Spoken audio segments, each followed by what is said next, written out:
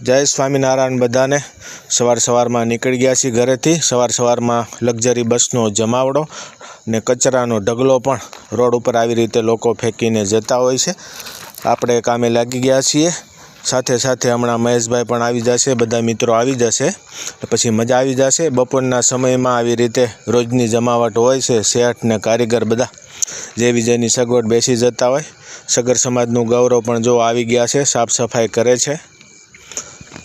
આજે હતો શેઠના ધર્મપત્નીનો બર્થડે, તો બધાને વડાપાઉં આજે ખવડાવ્યા છે શેઠ તરફથી।